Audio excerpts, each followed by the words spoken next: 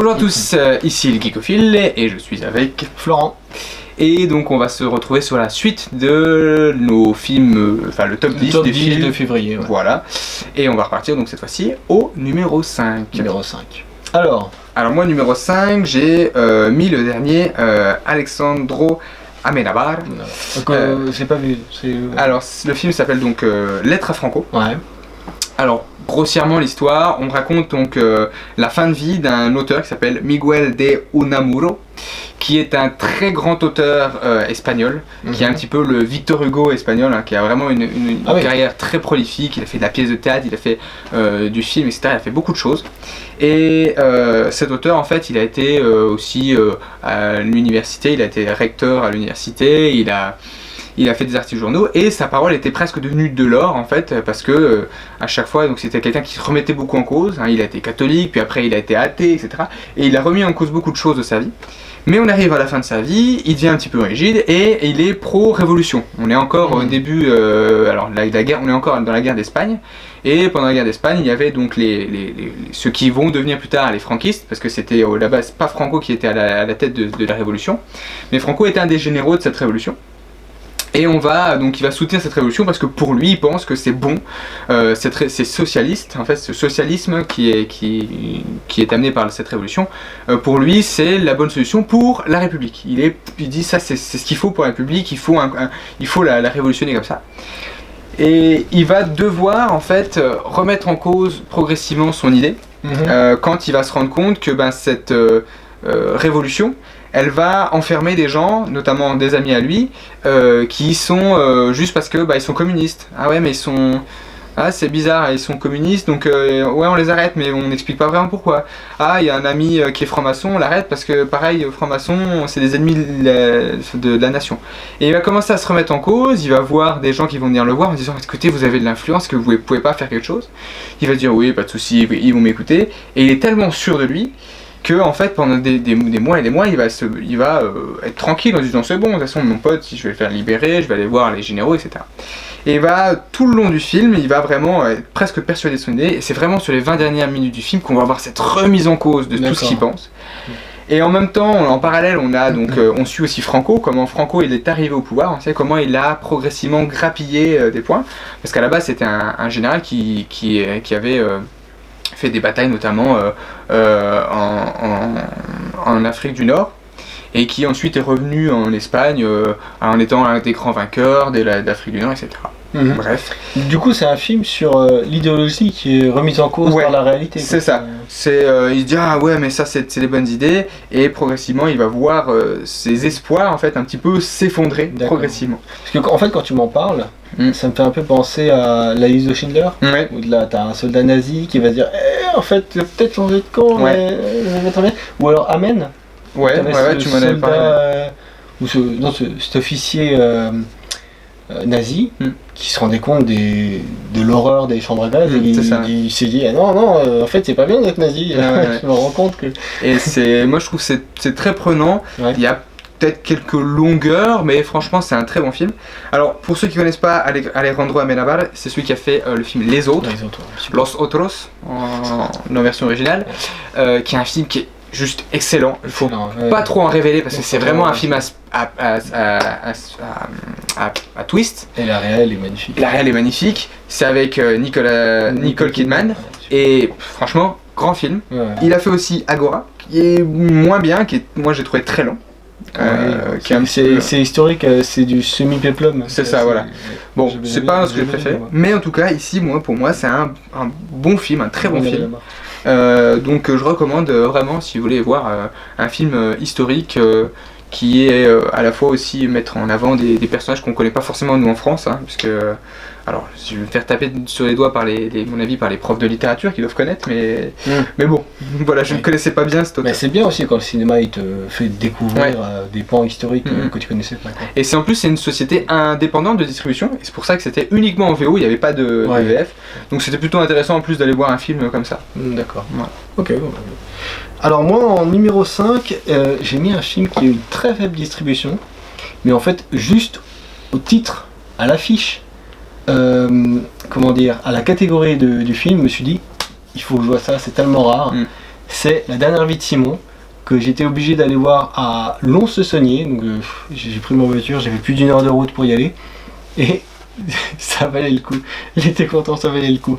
Alors c'est un film fantastique qui parle d'un gamin qui arrive à changer d'apparence quand il touche quelqu'un. Un peu comme Mystique, de l'idée. Mais c'est vraiment traité comme un conte. Toi, c'est pas traité comme un film de super-héros ou de hard fantastique. Toi, c'est traité comme un conte. Genre, ok, on te vend ça, ne te pose pas de questions sur l'origine, tout ça. Et tu vas voir ce gamin qui va intégrer une famille, parce qu'il va quitter un orphelinat, et il va être recueilli par cette famille. Et un jour, il va se passer un drame. Il y a un des enfants de cette famille qui va disparaître. Je ne vais pas trop le révéler. Et lui, vu qu'il peut changer d'apparence, il va se faire passer pour ce garçon. Et c'est intéressant parce que du coup, il y a tout un rapport avec l'adoption, choisir sa famille, et qu'est-ce que tu fais de ta vie réellement? Est-ce que tu dois vivre dans le mensonge pour rassurer tes parents d'adoption, ou est-ce que tu dois accepter qui tu es, quitte à tout bouleverser? Alors c'est très touchant, il y a vraiment une tension, et je sais pas, il y a certaines scènes qui sont extrêmement simples, qui pourraient être vues un peu comme un cinéma français classique, mais vu qu'on sait qu'il peut se transformer en qui il veut, bah, tout prendre l'importance.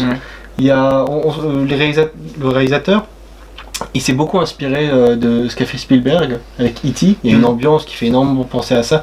Quand il cherche le gamin disparu en forêt, on pense directement au début d'E.T., je dirais, avec les gamins, les agents avec leur torche en forêt.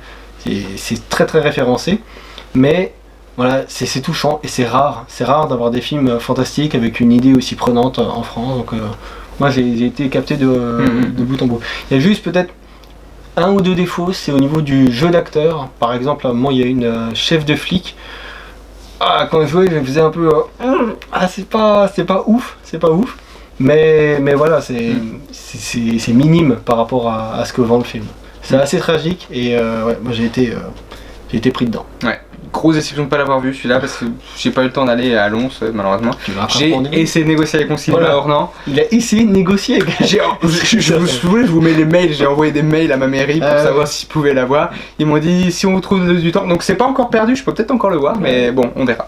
Mais c'est quand même dommage que tu te dis, il y a des fois des blockbusters qui sont insipides, mais qui sont distribués, je sais pas, dans 1000 salles en France. Mais alors non, les petits films, oh non, on sait pas trop... a peut-être pas trouvé son public. Voilà, mais par exemple, Harley Quinn, il était dans les deux salles, deux grosses salles de Besançon, alors qu'au final, il a pas fait tant d'entrées que ça. S'il a eu dans une seule salle et puis l'autre, voilà, il aurait pu laisser mais bon, place aux autres. Quoi. Mais bon, voilà. Alors numéro 4. Alors numéro 4, je reste sur du film français. Cette fois-ci, c'est La fille au bracelet de Stéphane Demoustier.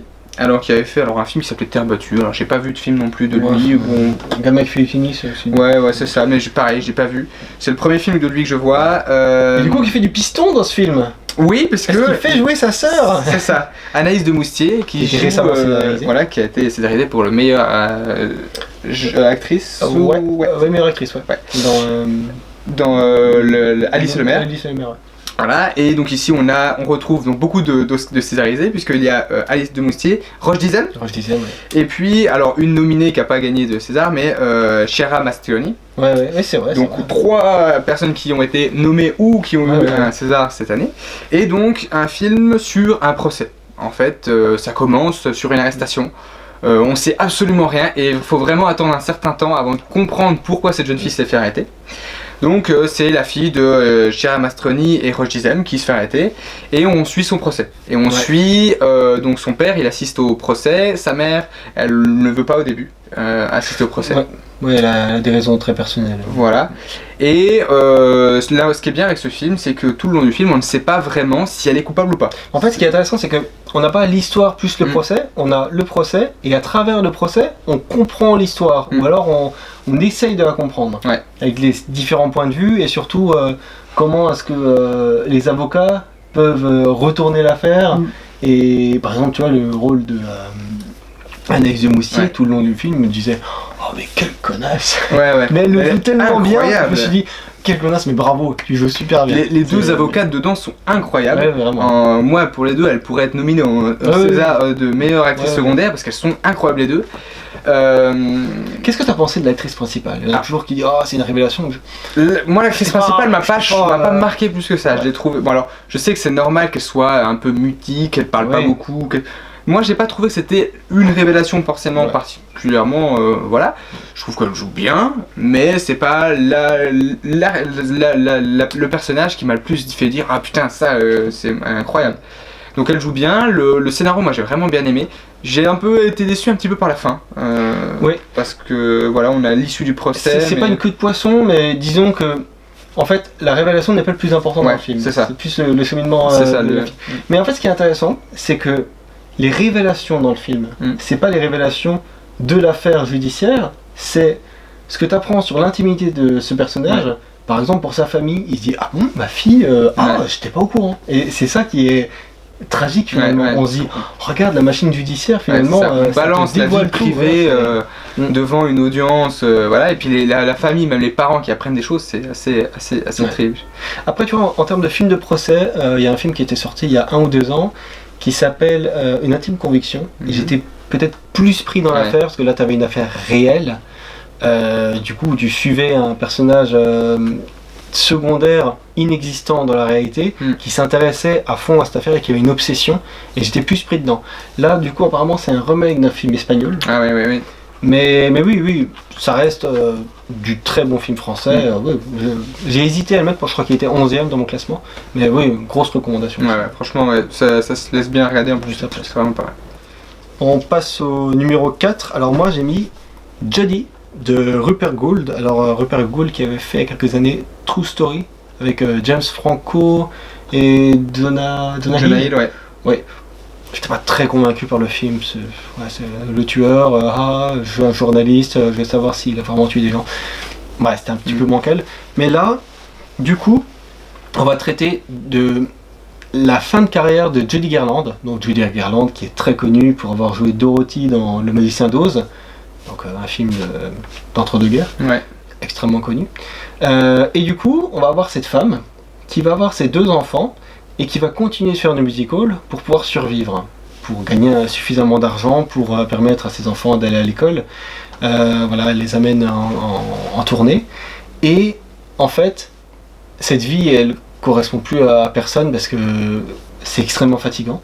Et là, elle se dit, il y a peut-être une possibilité de régler tout. C'est partir en Angleterre pour faire une tournée de gala. Là-bas, elle est adorée, donc elle s'est dit ok, je vais partir là-bas, je vais faire une tournée de gala, je vais gagner plein d'argent, et puis hop, je vais m'acheter une maison et je vais reprendre la garde de mes enfants. Et en fait, elle redécouvre l'amour du public. Et ça va lui faire tout remettre en question. Donc elle va arriver là-bas, elle va être un peu sous drogue, et tu vas avoir des flashbacks sur son enfance, où finalement tu te rends compte que quand elle était enfant, elle était écrasée par le système hollywoodien qui refusait qu'elle grandisse, donc lui donner des pilules. Tu vas avoir des producteurs qui vont être très douteux, un peu à la Harvey Weinstein, tout ça, c'est vraiment vraiment flippant. Et tu te rends compte qu'en fait, toute sa vie a été scénarisée comme un film. Et il y a des passages méta qui sont super bien réalisés. Par exemple, elle est en train de discuter avec un gars dans un diner quand elle est adolescente. Et tu dis ok, c'est une scène qui s'est passée dans sa vie. Et puis après t'entends couper. Et tu vois qu'en fait toute la scène que tu viens de voir, c'était du carton-pâte, c'était une reconstitution pour un film. Et finalement t'as un parallèle avec sa vie réelle. Donc t'as ses souvenirs, plus elle qui hésite à remonter sur scène, qui commence à boire trop, qui vit un peu une déchéance et qui est sauvée par le public. Et c'est hyper prenant, c'est vraiment... Comme je suis allé voir avec ma femme, elle a chialé au bout, elle n'en pouvait plus. En fait, ce film, c'est comme de l'eau qui bout. Au départ, c'est hyper tiède. On se dit, je sais pas trop où ça va aller. Et plus ça avance, plus ça commence un peu à frémir. Et après, ça commence à déborder et on est à fond dans l'émotion. Et il y a tout qui éclate.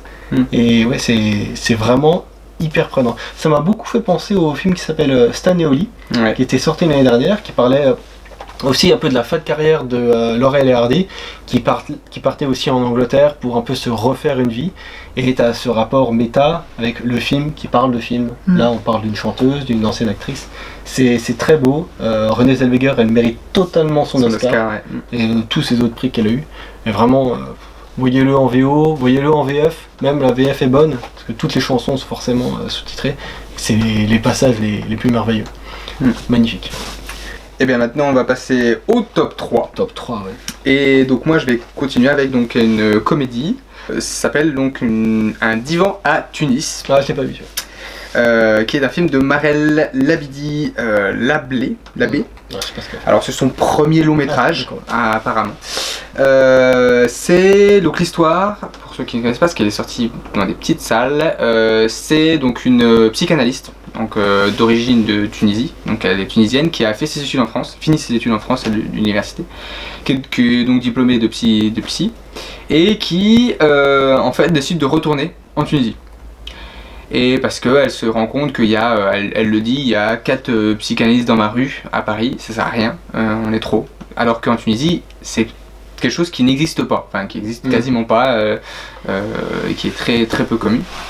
Et elle va arriver dans vraiment cet étranger, c'est-à-dire qu'elle est chez elle, c'est-à-dire qu'elle est dans son pays d'origine, mais elle est elle est devenue une étrangère pour son pays. Elle est devenue une étrangère parce qu'elle fait un métier que personne ne comprend au début, et elle fait parce qu'en fait personne ne comprend pourquoi elle est revenue entre guillemets s'enterrer dans ce pays alors qu'elle était à Paris. Donc c'est pour beaucoup, on fait d'ailleurs le parallèle avec sa cousine qui elle est tunisienne, fait ses études à Tunis mais qui veut partir à Paris dès qu'elle peut. D'accord. Est-ce que c'est aussi le psy qui se dit ah bah t'es un psy donc si je suis pas fou j'ai pas besoin de te voir? Voilà, en gros c'est ça, il y a ce truc là, et il y a même une discussion au début qui est très drôle avec une coiffeuse qui lui dit mais qu'est-ce que ça rapporte quoi ton truc? Les gens ils te parlent, d'accord, mais quand ils viennent chez moi ils parlent, mais quand ils ressortent ils ont une permanente. Et c'est très drôle parce que c'est toi, quand ils sortent de chez toi ils ont quoi? Et elle lui dit bah ça dépend. Et c'est d'ailleurs cette coiffeuse, ça va devenir sa première patiente. Et en fait il va y avoir plus de succès que prévu. Et du coup ça va attirer le regard des autorités puisqu'en fait elle a oublié des autorisations. Et à ce moment-là elle va s'engendrer dans une bataille judiciaire, enfin juridique, pas judiciaire, juridique, avec une administration qui est quasi absente. Le ministère de la Santé à Tunis apparemment est vide, il n'y a jamais personne. Apparemment c'est encore pire, voilà, sur le terme d'administration. Elle va tomber sur une nana en fait qui la première fois qu'elle le rencontre elle lui dit ah pour le papier je sais pas, par contre regarde je vends des sous-vêtements, et il y a des scènes mais totalement improbables et qui pourtant en fait je pense sont assez réalistes en fait parce que le Maghreb c'est vraiment assez particulier sur certaines manières de faire et du coup en fait là elle va galérer avec son administration. Elle va même aller à l'encontre en disant bon je veux pas d'autorisation, ça va le faire, sauf qu'il y a un flic qui est droit dans ses bottes qui va pas lâcher l'affaire et qui va lui dire non mais vous avez pas le droit d'exercer. Il y a des messages vraiment très très sympas parce que en fait c'est en plus une femme au milieu de ce pays qui exerce un métier qui est abracadabrant pour ce pays-là, hein, voilà. Et du coup, vraiment, c'est l'étrangère, alors qu'elle vient d'ici, l'étrangère qui arrive dans ce pays et qui va se confronter à plein de réalités de ce pays, qui va se confronter à l'administration, à la police locale, même aux patients qui vont être assez atypiques. Il y en a qui vont même la prendre pour une prostituée parce qu'ils vont arriver, ils vont commencer à se dire, ils vont dire non mais c'est pas ça hein, voilà. Et c'est assez sympa, c'est très drôle, c'est un film donc avec un beau message et de l'humour léger. Donc franchement si vous voulez voir un film qui détend mais qui en même temps fait un peu réfléchir, c'est un très bon film à voir. Alors moi en top 3 j'ai mis Invisible Man de Leigh Whannell qui avait réalisé Upgrade l'année dernière, il y a 2 ans, que j'avais adoré, vraiment science-fiction dark, hyper malaisant, vicieux au possible. Et il avait aussi scénarisé les 3 premiers sauts. Ah ouais, d'accord. Voilà, pour l'ambiance un peu malsaine, on est à fond. Et là, du coup, en fait, il traite un homme invisible du point de vue de la femme. En fait, c'est une femme qui, au début du film, quitte son mari. Voilà, elle se dit je me barre et tout. Et je dis mais qu'est-ce qui se passe et tout, c'est quand même bizarre. Et tu vois le gars qui le court après. Et là elle se retrouve chez sa sœur et elle dit en fait ça se passait super mal. Et commençait à me menacer. Il fallait absolument que je me barre, sinon ça aurait mal fini. Et après, elle essaie de se reconstruire, après cette relation toxique, et elle commence à se faire agresser par une présence. Et quand elle explique autour d'elle, tout le monde lui dit ouais bon c'est bon, t'es traumatisé, voilà, il faut que tu passes à autre chose. Et elle dit non, c'est pas ça, c'est que je me fais attaquer par un homme invisible. Et je suis sûr qu'en fait c'est mon mari qui a trouvé un moyen de devenir invisible et de commencer à m'attaquer. Et du coup c'est le genre de récit où tout le monde va lui dire ouais t'es folle, arrête, ni n'importe quoi. Et plus le film avance, plus ça devient vicieux, parce que les gens commencent à douter d'elle, et elle commence à être de plus en plus persuadée. Alors il y a des retournements de situation qui sont très bien faits, mais au-delà de parler de science-fiction, de fantastique ou de thriller, c'est vraiment un film qui parle vraiment du post-MeToo, de la libération de la parole, des femmes qui reprennent le pouvoir par rapport aux agressions, et c'est fait de façon super intelligente. L'écriture pour moi elle est brillante, et au niveau de la mise en scène, on a des scènes du coup avec l'homme invisible qui va attaquer des gens, qui va se faire révéler par des éléments, puis arriver à de nouveau se cacher. Au niveau de l'écriture des personnages, c'est très pervers. On a une actrice, c'est Elisabeth Moss, que j'avais adoré dans The Square, ou alors dans Us, récemment un film d'horreur, qui est surtout connu pour Handmaid's Tale. Ouais. Je ne l'ai pas vu, mais tout le monde me l'a conseillé, mais je ne regarde pas trop de séries. Mais oui, là c'est hyper prenant. Ouais. Franchement, en termes de film d'horreur, c'est exactement ce que j'aime. C'est une écriture forte et pour le coup d'actualité. Ok. Voilà. Ensuite on passe au numéro 2. Alors du coup je vais reparler, on en a parlé dans la vidéo précédente, de The Gentleman de Guy Ritchie. Voilà, que moi j'avais mis 6ème, que j'avais beaucoup aimé, mais que toi t'as encore plus aimé. Ouais, moi j'ai vraiment adoré, on revient vraiment à du très bon Guy Ritchie.